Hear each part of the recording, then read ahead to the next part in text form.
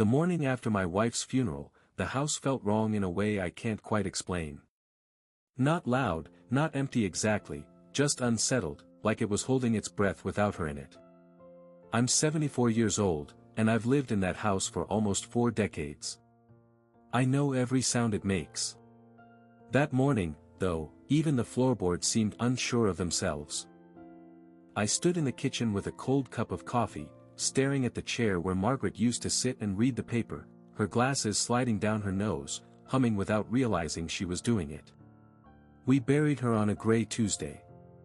15 years of cancer, remission, relapse, and quiet endurance ended with a simple pine box and a handful of people who truly knew her.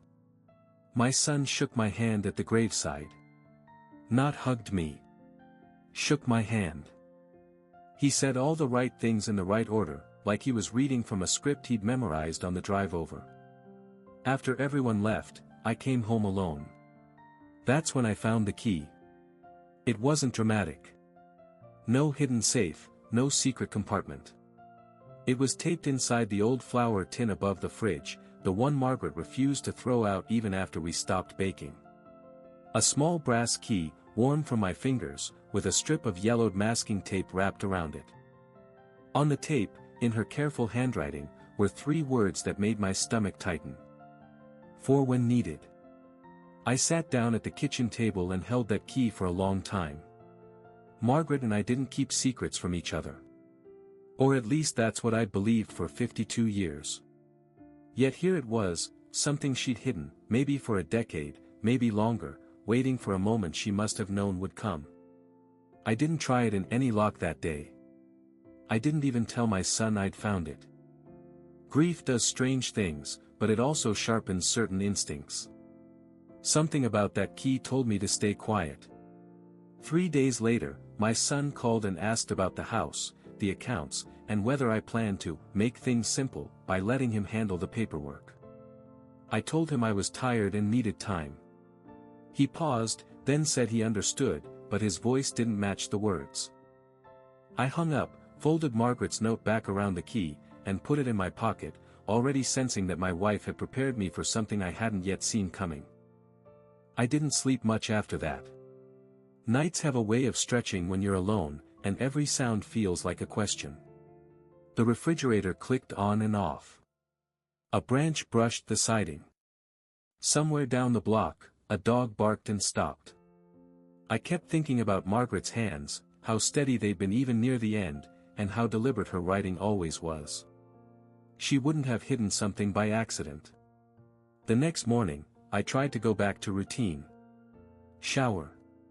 Shave. Toast. The motions mattered. They kept me from drifting. I slipped the key back into my pocket before I left the bedroom, the weight of it small but noticeable, like a reminder I didn't ask for. When you're married as long as we were, you learn to read silence. Margaret had always been quiet about important things. My son came by that afternoon without calling first. He stood in the doorway, looking past me into the house, like he was taking inventory. He said he wanted to help sort through paperwork. I told him I wasn't ready. He nodded too quickly and said we couldn't put things off forever, that there were deadlines and tax issues and decisions to be made. I told him Margaret had just been buried. He sighed. Not loudly. Just enough. We sat at the kitchen table, the same one where I'd found the key. He asked if Mom had left anything unusual. Any notes? Any instructions? I said no. The lie sat heavy in my mouth, but I didn't choke on it. He talked about responsibility, about protecting assets, about how he'd already spoken to an attorney friend just to understand the landscape. That phrase stayed with me after he left.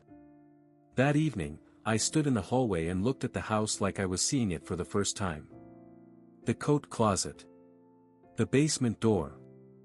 The old cedar chest at the foot of the bed. None of the locks fit. I didn't force anything. I remembered Margaret's patience, how she waited until bread rose properly instead of rushing it. In the back of the garage, behind boxes of Christmas lights and paint cans we hadn't opened in years, there was a narrow metal cabinet. I'd forgotten it was even there. The key slid in smooth as if it had been waiting. Inside were folders. Deeds. Bank statements. A small envelope with my name on it, written years ago. I closed the cabinet without opening anything and turned off the light. For the first time since the funeral, I understood that my wife hadn't just left me memories. She'd left me time, and a warning I intended to honor. I went back to that cabinet the next morning when the light was better and my hands were steadier. Grief comes in waves, but clarity does too, if you let it. I laid everything out on the workbench the way Margaret used to lay out ingredients before cooking, nothing rushed, nothing skipped. The documents were older than I expected. Some dated back 15 years. That caught my attention right away. Deeds to a small parcel of land 2 counties over. A modest savings account in Margaret's name only. And a manila envelope sealed and thick with papers, my name written across the front in that familiar, careful script. I sat on an overturned bucket and opened it.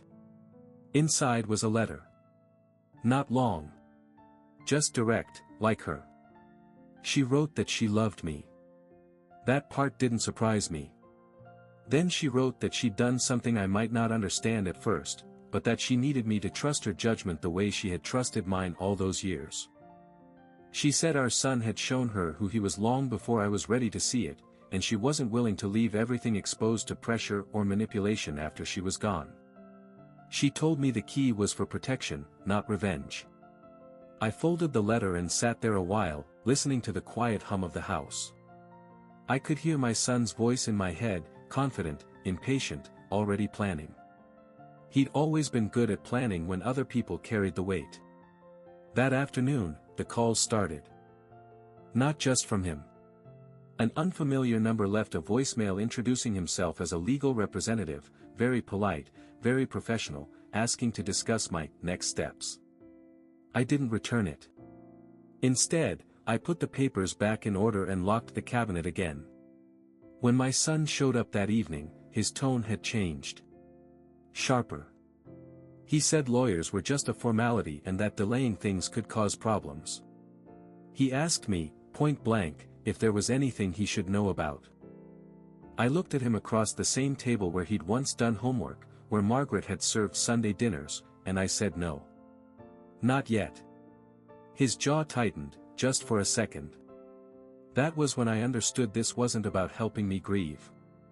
It was about control, and my wife had seen it coming long before I did. The pressure didn't come all at once. It crept in, polite at first, then persistent. Emails replaced phone calls. Certified letters started showing up in the mailbox.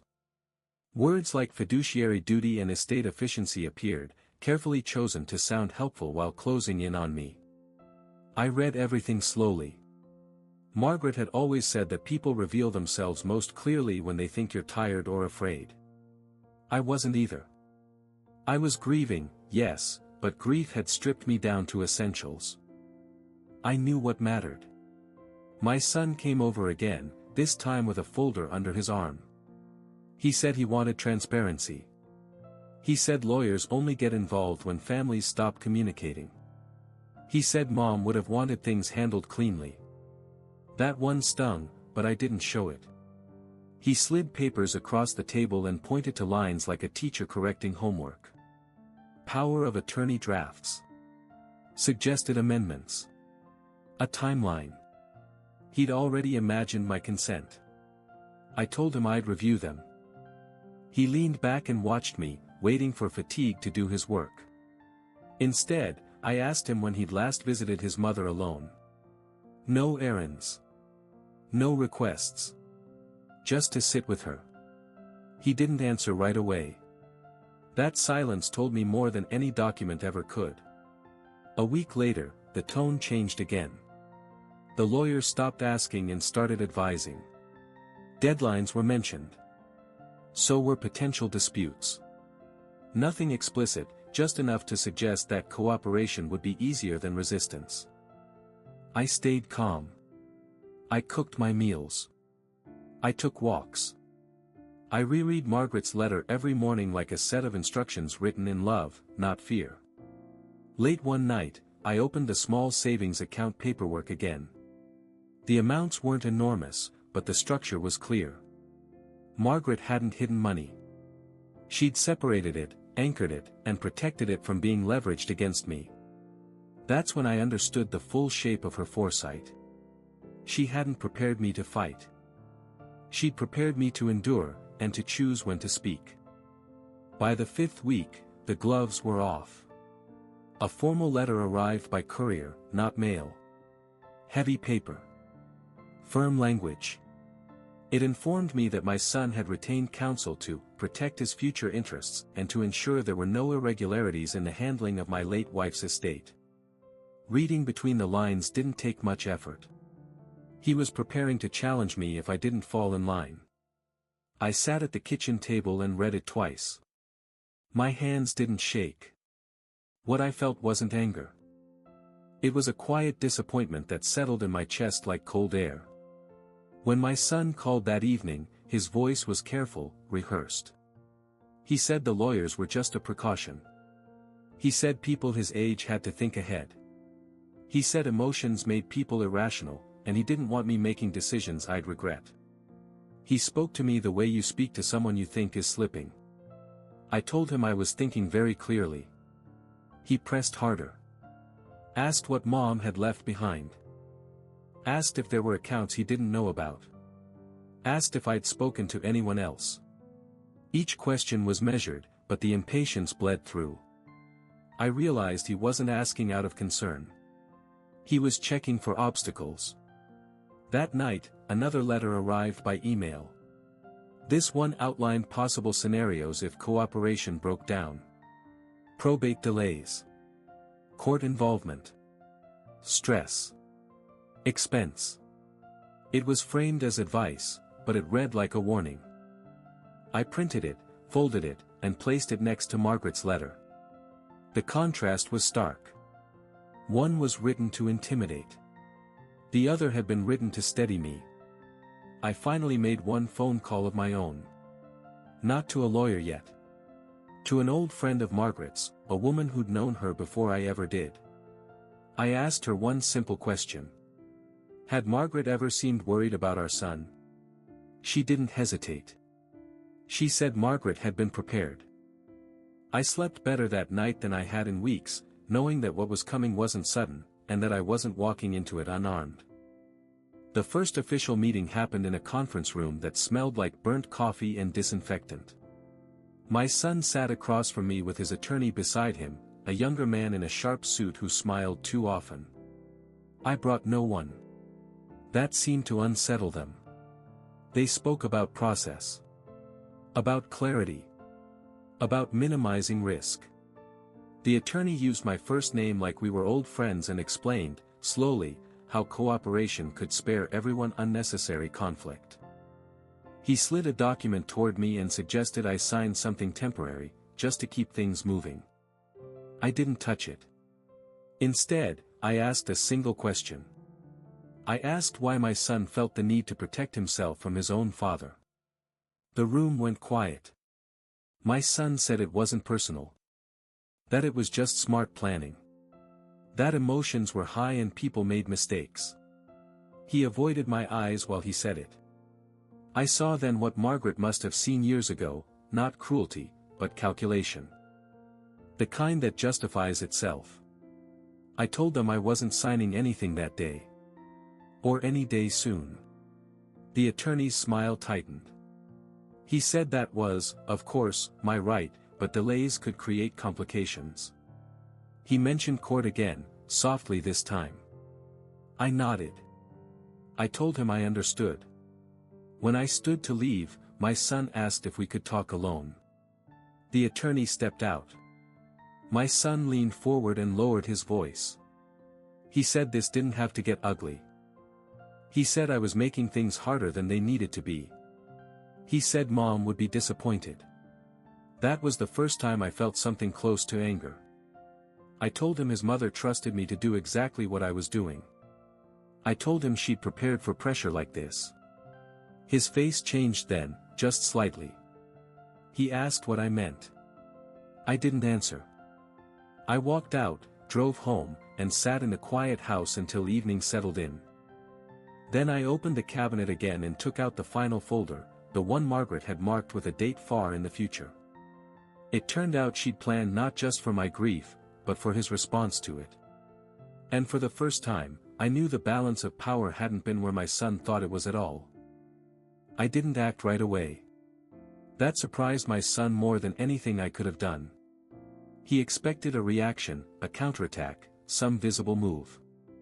Instead, weeks passed with nothing but silence from me, and that silence seemed to make him reckless. Another letter arrived, more aggressive this time. It questioned my capacity. Suggested evaluations. Used words like vulnerability and undue influence. That was when I understood how far he was willing to go, and how little he believed I'd push back. I finally opened the last folder Margaret had prepared. Inside was a trust she'd established quietly, legally, and years ago, after a conversation with our son that left her shaken. The property, the accounts she'd separated, even the house itself were protected in a way that required my consent alone. Not shared. Not assumed. The language was calm, precise, and airtight. She'd even included a letter from her attorney explaining why it had been done, dated 15 years earlier. Margaret hadn't been hiding from our son. She'd been bracing for him. I didn't call my lawyer that day. I waited another week, letting the pressure build on their side while I stayed still on mine. When I did make the call, it was brief. I sent copies. I asked one question. Was I protected? The answer was yes. So I responded, finally. One letter. Addressed to my son's attorney, with mine copied. Polite. Factual. It stated that I would not be signing anything, that the trust was valid, and that further attempts to challenge my capacity would be considered hostile and unnecessary. No accusations. No emotion. Just boundaries. My son called that night, his voice tight, asking why I'd blindsided him. I told him I hadn't. I told him his mother had seen this coming, and I was honoring her work. He said I was choosing sides. I told him I was choosing peace. When I hung up, the house felt quieter than it had in months, and for the first time since Margaret's funeral, I sensed the turning point had already passed. After that, the noise faded. Not completely, but enough that I could hear myself think again. The letters stopped coming so frequently. The calls slowed. My son didn't apologize, but his messages softened, as if he were feeling around for a way back without admitting he'd gone too far. I didn't meet him halfway. Instead, I focused on small things. I fixed the loose hinge on the back door. I sorted through old photographs, keeping some, letting others go. I visited Margaret's grave early one morning and told her, out loud, that I understood now. That I wasn't angry with her for the secrets. I was grateful. A month later, my son asked to meet without lawyers. Just coffee.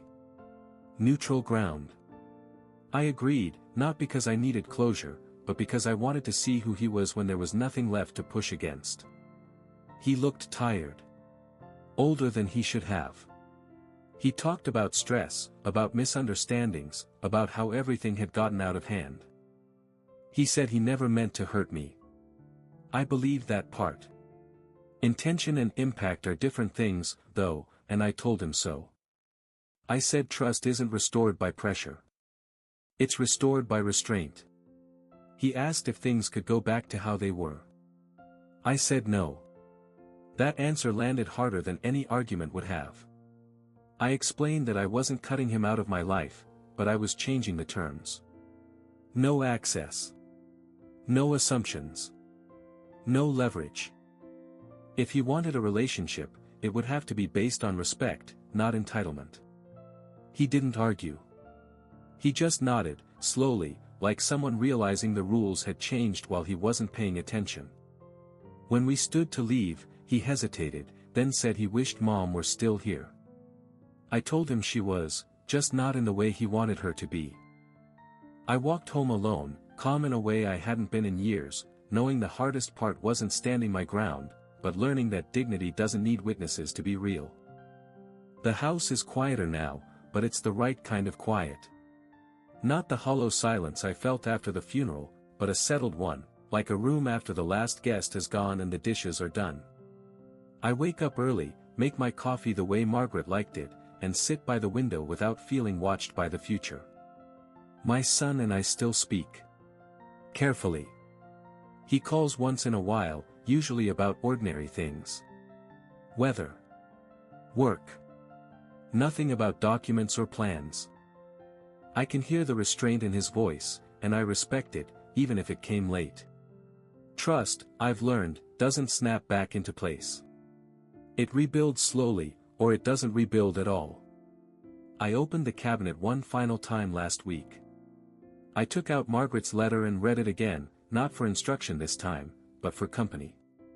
Then I locked it and put the key back where it belongs. Some things don't need to be revisited once they've done their job. People talk about winning and losing in situations like this. That's never how it felt to me. What I gained wasn't victory. It was steadiness. The ability to sit in my own chair, in my own home, without bracing for someone else's expectations. Margaret used to say that love doesn't always look soft. Sometimes it looks like preparation. Sometimes it looks like knowing who someone is before they're ready to show it. She loved our son. I never doubted that. She just loved me enough to make sure I wasn't left defenseless in my grief. I miss her every day. That doesn't change. But I carry her calm with me now, her patience, her foresight. When I lock the door at night, I don't feel afraid of what might come next. I feel finished with what needed to be faced, and at peace with what remains.